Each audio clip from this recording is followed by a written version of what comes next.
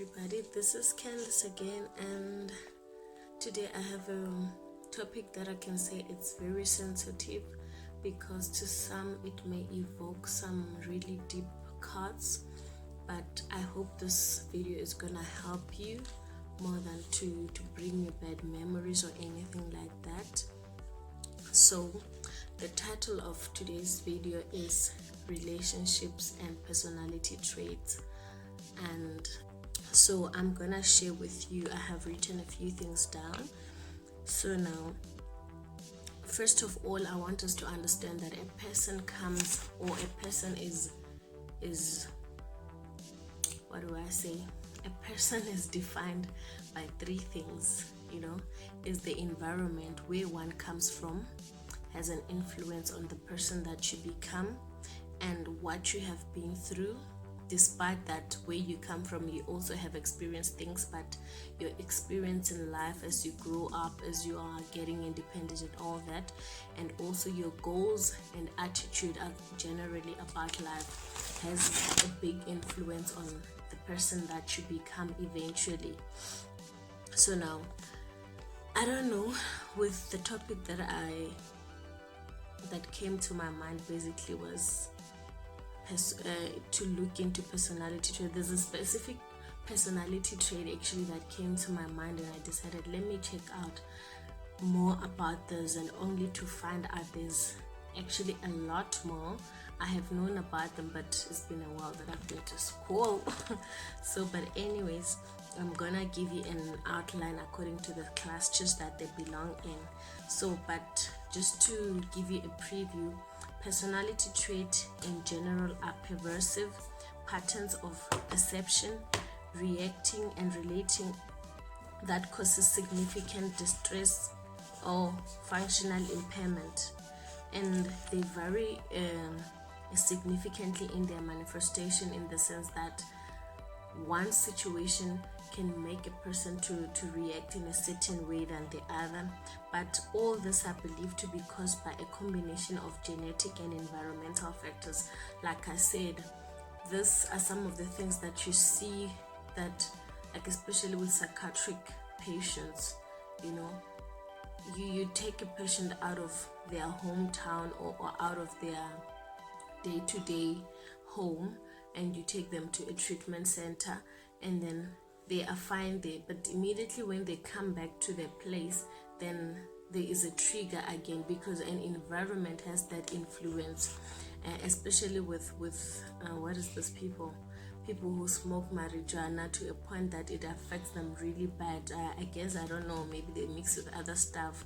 Then once they get back to their community, they get a trigger back, simply because now it's an environment that brings that memory, and also their friends and whoever influences them to do that, they are there.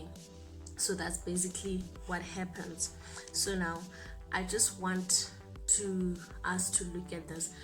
I'm a professional, and I believe that these things are there, but again, I feel like having a certain level of information or knowledge on the word of God, I believe that most of this are spirits or demons, if I must say, because there is even a word in the Bible, Matthew's verse 8, verse 28 to 34. This is where actually there was men who had a certain demon that was controlling them and all that, and then when Jesus was passing by, those demons started speaking out of those people to say, what do you want with us? Instead of killing us, rather take us to the pigs. Like if you read into that, you will realize that these things are real, they exist, and it's a possession in a way onto a human being. And some people we know in our communities who have been impacted by such kind of things, and we just take it lightly, or that they are acting out and all that, and it's not like that. So I just hope that you're gonna read a bit more to have some light on Matthew 8 verse 28 to 34. So now, right here, now we go further to say that these traits are called personality disorder when they become maladaptive, that they affect one to function well at work or interpersonal functioning.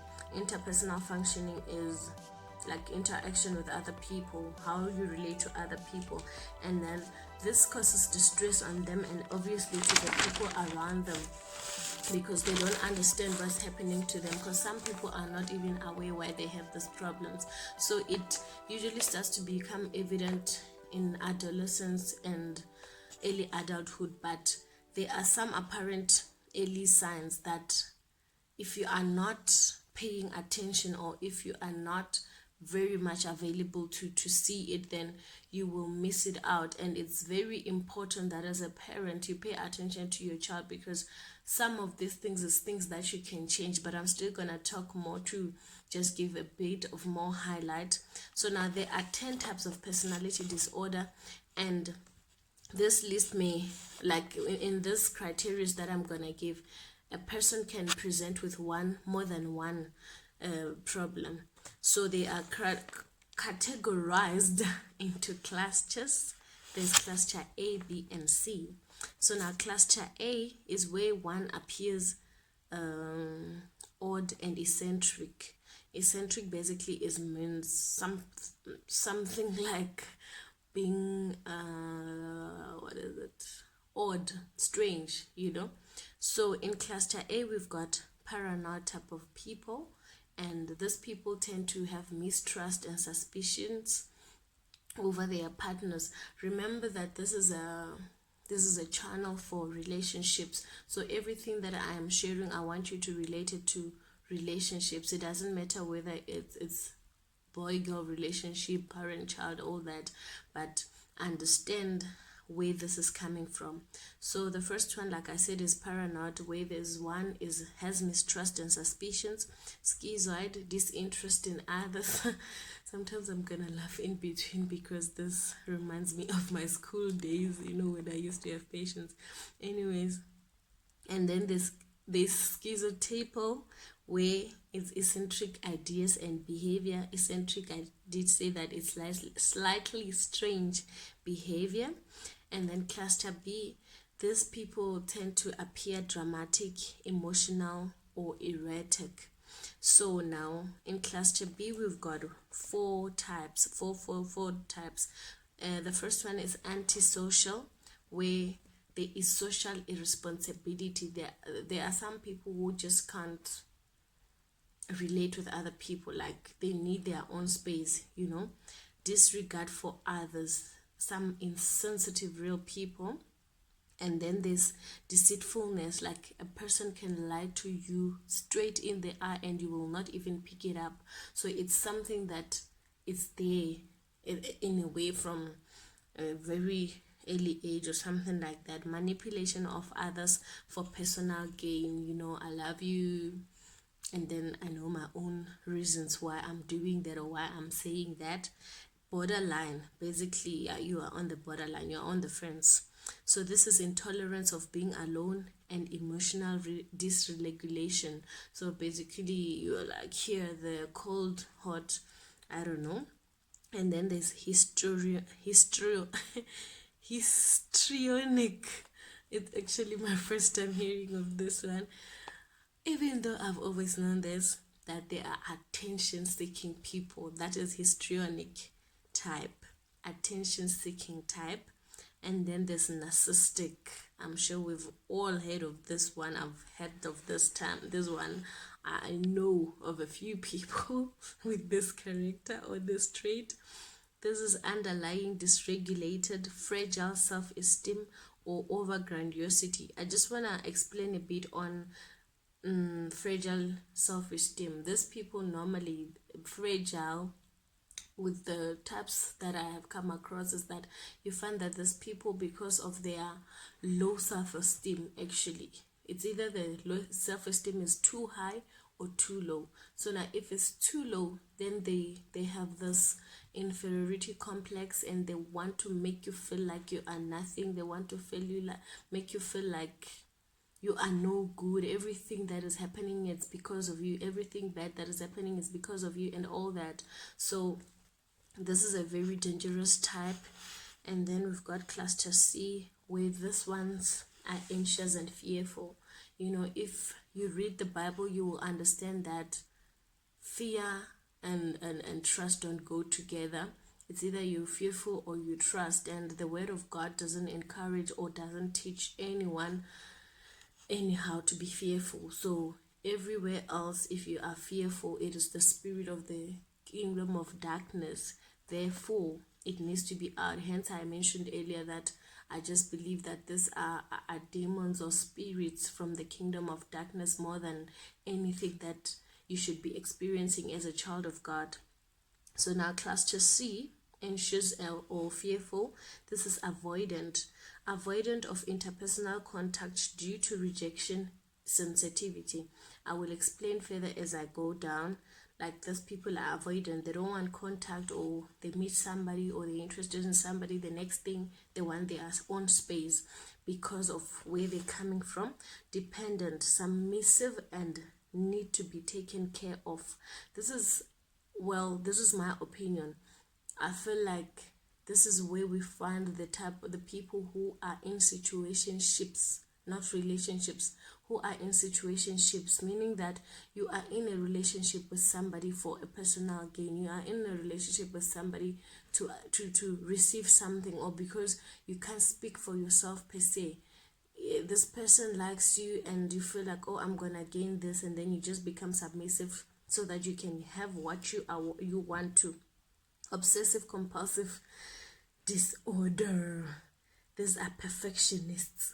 Rigidity and obstinacy. Obstinacy is being stubborn and okay, I'm not gonna say much, but yeah, that's cluster C. So now this is, after all this, I just want to say that, you know, I believe that every parent, one way or another, plays a role in the type of a child your child becomes, in the manner. Every parent plays a role in your child, in who they become as an adult. And I will say this because I just remembered then that, you know, there are the signs and symptoms is self-identity. This is the struggle where one is having a struggle in identifying themselves. And actually, this was my topic for today. If you have been watching my videos, I've been doing getting to know yourself. Today I was supposed to be discussing about getting to know yourself, and then talking specifically about identity, but it's still gonna, I guess it's gonna be next week Friday. So, but then the signs and symptoms of the personality traits or personality disorder is struggle in identifying oneself. You don't really know who you are because of the problems or the mishaps that you have come across as a child, you know. And interpersonal functioning, those are the signs and symptoms. You are here, you are there, or tomorrow you are manic, tomorrow you are sad, you know, all those kind of things. They really have an influence on you as an individual. So now, when we describe unstable self identity, basically this is where we have a self-image problem. Today you feel good, tomorrow, or you feel kind other times, and you feel cruel the other times. Hence, sometimes some people, when you ask them, do you think you are kind or you cruel, they don't know, or they will give you different answers on different times. It's not that they are trying to look good this time or trying to look bad the other times because of what is happening, but it's the situation that they are going through at that time that makes them to think or feel like this is what I am or who I am at this instant. And then obviously there's inconsistency in their values and goals and appearance, because they're not stable, you know, in their self-image. And then number 2, going into describing interpersonal functioning, there is failure to sustain close relationship and also insensitivity to others. Basically, you don't have friends, you lose your friends, family, and whoever that is supposedly close to you, because you are afraid, you know, you don't have that interpersonal relationship skill. And then you frustrate others including clinicians, like the specialists who are supposed to help you. You frustrate them because you also don't understand yourself. Anyway, self-esteem is inappropriately high or low. So now if it's too high, that's grandiose, where you are, that's the narcissistic type. And then if it's too low, then that's a really serious self-image problem. And then there's over emotional, abusive, irresponsible style of parenting, and I'm coming to that because that is my profession. Anyways, now the treatment for this now, it's psychotherapy, and one needs to be motivated to change, because I mean, I cannot see that you have 1 2 3 problem and then I want to help you but you're not willing to get help. It doesn't work like that. And as a believer of the word of God, or in the word of God, I just believe that this one is a very tough one. You cannot deal with it on your own. Like, I was raised by my mom, and the manner that she used to reprimand us was to shout, to beat us, and one way or another it has helped us, one way or another it has damaged us, in the sense that now in disciplining my kids, I discipline them in the way I know how. And I was taught to shout, I was taught to beat, but knowing the impact that it has had in me as an individual, then I told myself that I would not do this to my kids. But anyways, I find myself doing some of these things to my kids because that is my know-how too, So it really takes you talking to God about it to guide you, to help you to do it the way that He would prefer, or the way that is best, in the manner that it doesn't leave some form of damage or pain or frustration to the child, and obviously in the manner that on the adult that they become. So most people with this personality disorder, they may not realize that they have this problem and they lack insight, and to get this help, if the person is motivated to get help, you can get the information from family, friends, and other people. And sometimes, like, going back to this point of most people with disability, with personality disorder, they don't realize that they have problems. Sometimes we take it that it's just the problems that these people or their parents are going through, but in fact it's more deeper than that.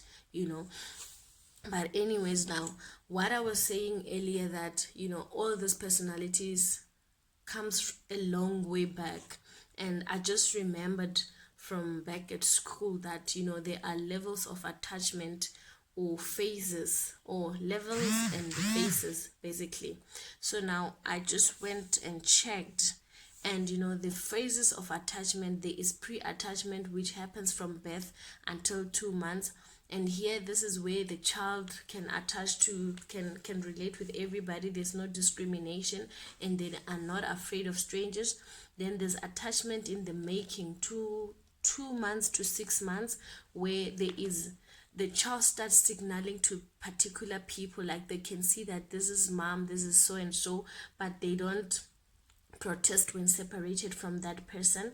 And then there is a clear-cut attachment, level 3, where this is between 6 months to 18 months to 3 years. Then here you start seeing separation anxiety, and the child can be attached to different people, like they can like the auntie, the grandfather, whoever, as long as it's faces that are familiar most of the times.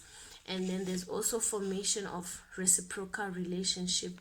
This is from 1 year 6 months to 4 years. Now this one, it depends. This is my personal view. It depends also on your relationship with your child, your interaction from the early ages, how your relationship will become. This is now where you start seeing it as it goes, And then here, this is where a child starts to understand the caregiver's schedule. They know that if I do this, mommy was gonna do this, or when I come back from crèche, I must take out my lunchbox, I must do this and that. This is where now the child has mastered. So now imagine if you have not taught that child anything by this time, what will be happening. Now here there's also a big separation anxiety. Separation anxiety, it declines. They start to understand they are bigger now.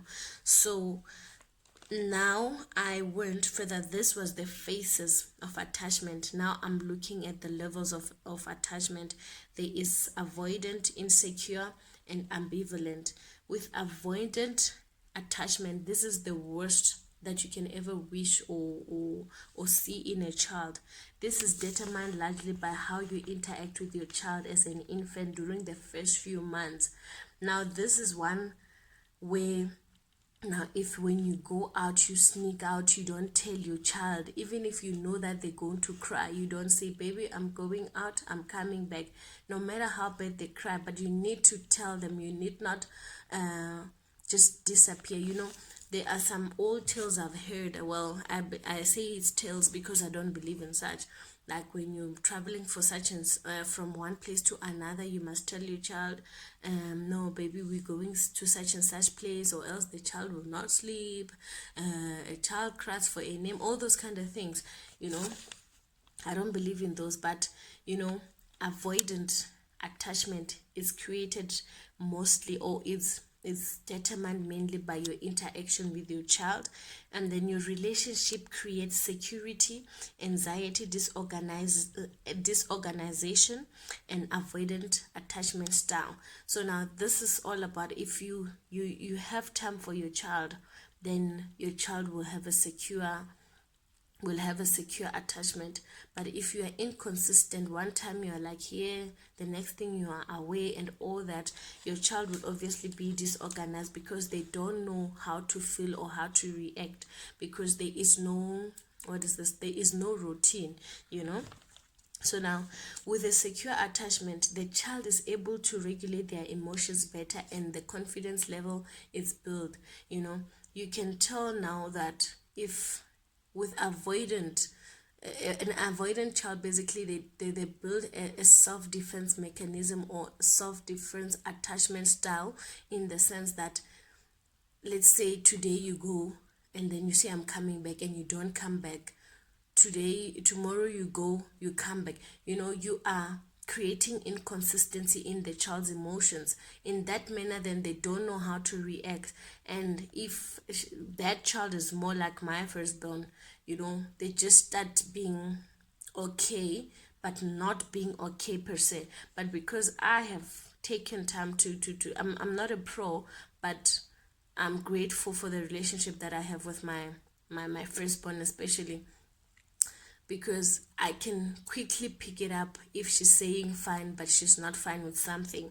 So it's very important to have your child's emotions regulated properly, because now this is why, if the emotions are not regulated properly, they affect a child growing as an adult into one of those clusters that I mentioned earlier. So when parents are distant or etc., or rejecting to their child, there are some parents who are rejecting, and I don't believe that it is by choice. It's through things that they themselves have been through. Remember, they were also kids, so they cause children some considerable distress, which is really bad.